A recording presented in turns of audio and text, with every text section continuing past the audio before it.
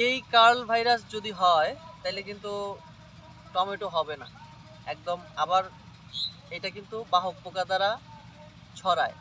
তো এই যদি হয় অবস্থা, তাহলে আপনারা কি করবেন, এটা সমূলে উঠিয়ে ফেলতে হবে এবং অনেক দূরে হয় মাটিতে পুঁতে ফেলবেন, না হলে আগুন দিয়ে পোড়ায় ফেলতে হবে।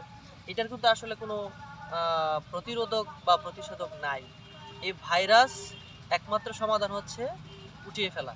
তো আপনারা দোকানে যদি বলেন, কীটনাশকের ডিলার দোকানে হয়তো কীটনাশক বা বালাইনাশক দেওয়া হবে, কিন্তু এটার কিন্তু রোধ করা যাবে না।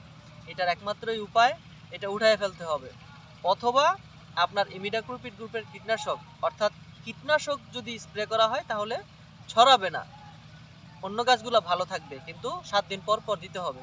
এর থেকে সবচেয়ে ভালো এরকম দেখা মাত্রই উঠিয়ে ফেলতে হবে। তো এটা একটা ভাইরাস জনিত সমস্যা, এটাকে বলে লিফ কার্ল ভাইরাস। আরেকটা সমস্যা কোঁকড়ায়, সেটা হলো যদি কৃমিতে আক্রমণ করে, নেমাটোড যখন আক্রমণ করে তারপরেও এরকম কার্ল দেখা যায়। তো যেহেতু এটার মধ্যে কোনো গিট নাই, অর্থাৎ মাকড় কি বলে কৃমি নাই, সেহেতু এটা ভাইরাসে আক্রান্ত হয়েছে দেখাই যাচ্ছে। তো আমরা এটা উঠিয়ে আমরা আগুনে পুড়ে ফেলবো অথবা মাটিতে পুঁতে ফেলবো, জমির আশেপাশেও রাখা যাবে না। আর জমিটা মাসাল্লাহ ভালো আছে, টমেটো ধরেছে, সবগুলা চারাই খুব সুন্দর। আর এটা ওই এরকম ভি শেপের মাচাতে এগুলা উঠাই দিবে। আর পাশাপাশি আমরা আরেকটা জিনিস দেখেন, সেটা হচ্ছে একদম নিচ থেকে কেটে দেওয়া হয়েছে, হ্যাঁ, ব্রাঞ্চগুলো কেটে দেওয়া হয়েছে। এগুলো কাটার উদ্দেশ্য হলো যেন আমার যে পুষ্টি উপাদানগুলো সেটা টমেটোতে যাবে, গাছ সেটা কম নিবে।